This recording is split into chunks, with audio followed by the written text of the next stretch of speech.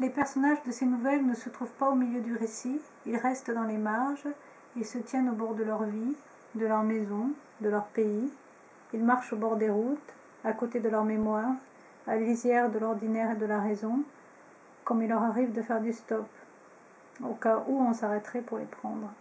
Je les ai pris dans mon livre.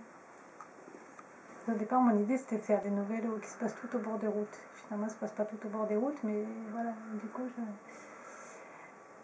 je me disais, je vais les faire se croiser comme des routes. Et du coup, il y a des choses qui se répètent, des personnages qui se retrouvent dans d'autres nouvelles, tout ça. Donc, elles n'ont pas de points communs, elles ont des personnages communs. Il y en a qui sont très vieilles, il y en a qui sont très récentes, mais je les ai toutes revues, en particulier pour les faire se croiser. Donc, il y a des nouvelles qui datent de 2007-2008, qui ont été retravaillées, et d'autres qui ont été écrites il y a quelques mois à peine. Voilà. Pas tellement qu'ils sont marginaux, c'est qu'ils sont dans les marges, plutôt qu'ils sont vraiment au bord des choses. C'est pas, ils sont... Oui, il y en a qui sont un peu... pas tranquilles, comme on dit chez nous, qui sont un peu bébêtes, ou qui se sont écartés de quelque chose à un moment donné. Mais en fait, si, ils ont un point commun, c'est que ils ont croisé ma route à moi à un moment ou à un autre. Parfois, c'était juste à la radio, des choses que j'entendais. Parfois, il y en a que j'ai vraiment pris en stop. Je parle, dans le quatrième, je dis qu'ils font du stop au cas où, et il y en a que j'ai pris en stop. Il y en a que j'ai croisé de plus près, d'autres de plus loin. Ils existent tous, en tout cas. Quasiment tous, ils sont faits de plusieurs personnages que j'ai croisés. Voilà. Ce sont des morceaux de vrai, des morceaux de réel que j'assemble. Je n'invente rien, j'assemble des morceaux de réel que je coule les uns aux autres. Voilà. Et il y en avait que je croyais que j'avais complètement inventé, qui étaient des rêves. Et je me suis aperçue que des rêves que j'avais faits ou des choses que j'avais imaginées, c'était à partir de choses qui existaient réellement. Simplement, je les avais mélangées. Je suis en train de me demander, je crois qu'elles sont toutes à la première personne. La vraie nouveauté de ce livre, c'est que pour une fois, le jeu est parfois masculin. Voilà. Ça, c'est vraiment nouveau pour moi. Voilà. Mais je ne suis pas encore passée au il ou au elle.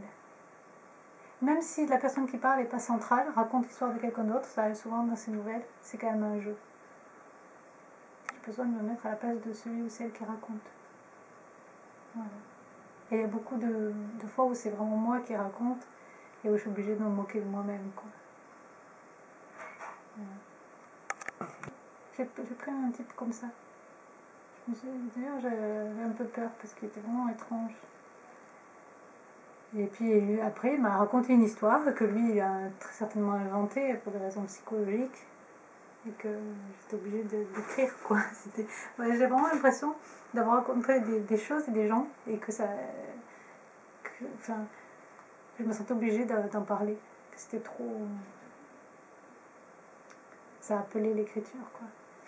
J'ai l'impression que je dois témoigner quelque chose, mais je pense que je me l'invente, parce que s'il n'y avait rien, j'écrirais quand même. Mais ce serait moins intéressant. Ce que je veux dire, c'est que j'ai pas besoin de... Comment dire, j'ai pas besoin d'inventer des choses parce que le réel est déjà très inventif. Je suis obligée, mais ça je l'ai déjà dit à plusieurs reprises, je suis obligée d'atténuer les choses de la réalité. Il y a ce fameux la réalité dépasse la fiction, là, dès qu'on écrit on s'aperçoit que c'est tellement vrai. On est obligé de rendre les choses beaucoup plus plausibles. Parce qu'on se dit ça, on ne va pas y croire. Et pourtant c'est comme ça que ça se passe. Et puis il y a des nouvelles dans ce recueil où il se passe quasiment rien. Où c'est juste des impressions. D'ailleurs, la première, il ne se passe rien, c'est juste un souvenir d'une petite fille, il y en a des choses comme ça.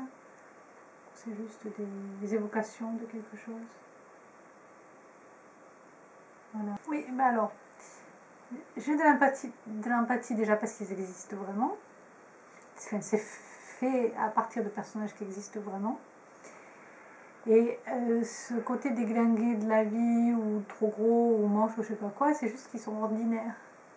C'est juste qu'ils sont comme moi, en fait. C'est le petit garçon qui est gros, tout ça, c'est moi. C'est ce que j'aurais pu être si j'avais été un petit garçon, j'en sais rien. Enfin, et par exemple, ce petit garçon-là, je ne l'ai jamais connu, mais j'ai mangé en face l'adulte de 30 ans qu'il est devenu. Et qui m'a raconté, enfin qui racontait à d'autres personnes, on était plusieurs à table, son histoire de petit enfant qui allait dans le château. Et voilà, il était très présent, il était... enfin, voilà, c'est plus que de l'empathie, je sais pas comment dire, je sais pas ce que je vais dire, mais j'ai vraiment l'impression qu'ils me font des cadeaux, ces gens-là, avec leur vie, avec leurs histoires et tout. Ouais, je prends ça comme des cadeaux. Alors parfois c'est triste, donc c'est un peu dégueulasse de dire ça, mais le simple fait de les confier, ce qui leur arrive, de nous confier ce qui leur arrive, finalement. Ne serait-ce qu'en discutant. Ouais. Oui, le tilleul. Alors c'est pas un tilleul. Il y a un tilleul qui était dans un village près duquel j'habitais dans le Vercors, et il y a un autre arbre, je ne sais pas quel arbre c'est, peut-être un tilleul, mais j'en suis pas sûre, qui est devant une maison dans un autre endroit sur le plateau Ardéchois. Et qui est mort il n'y a pas longtemps. Enfin non, il était mort depuis longtemps, mais qui est tombé il n'y a pas longtemps. Et c'est vrai que beaucoup de gens s'arrêtaient pour voir cet arbre et tout, et que je me suis dit, tiens, qu'est-ce qui pourrait se passer avec cet arbre qui maintenant est par terre? Et là, j'ai mélangé avec d'autres histoires. Une petite fille qui est en réalité plutôt un petit garçon. Enfin voilà. Parce que, par exemple, ce petit garçon, ça pourrait être le mien.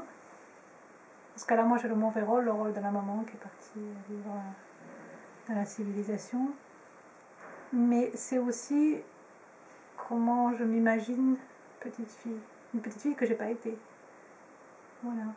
Parce que je pense qu'on a en nous, et en tout cas en tant que lectrice, moi j'ai ça, donc j'imagine que tous les lecteurs c'est pareil, plein de vies qu'on n'a pas vécues, de choses qu'on pourrait être, ou qu'est-ce qu'on serait si on était, par exemple moi si j'étais un homme de 60 ans, un petit garçon de 8 ans, une vieille femme de 80, j'en sais rien, qu'est-ce que... Voilà. Donc j'essaie de mélanger tout ça.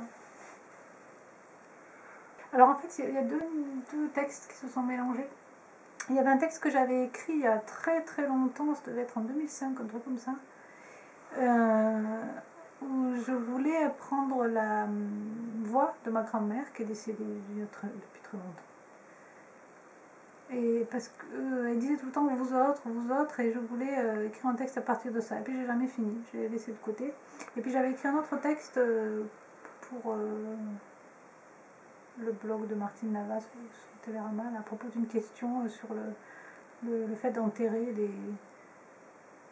des fœtus, à peine fœtus, quoi, enfin, qui n'étaient pas viables. Il y avait un projet de loi de leur donner un nom, de les enterrer. Ça m'avait travaillé cette histoire, et du coup j'avais écrit un texte à propos de ça, et puis j'ai mélangé les deux. Voilà.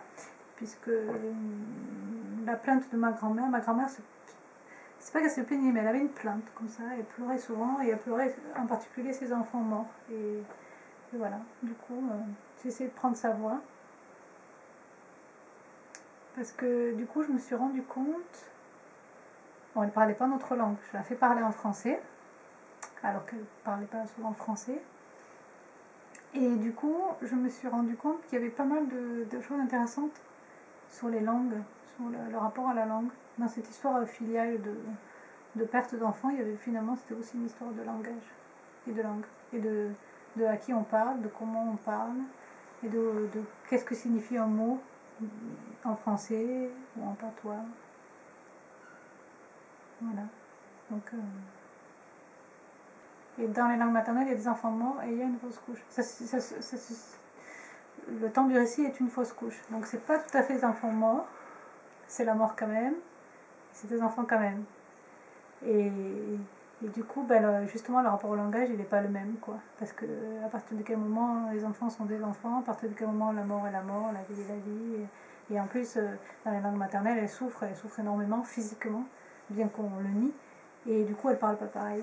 Et dans l'histoire de la chaudière, c'est quelque chose, voilà, qui a été caché parce que c'est pas important, quoi. Il y a plein de choses de l'ordinaire qu'on dit que c'est pas important. C'est vrai que par rapport à d'autres drames, c'est des choses petites, mais ça peut pourrir.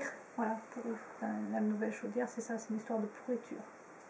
Quand on ne met pas de mots, ça peut pourrir la vie et ça peut... Ouais.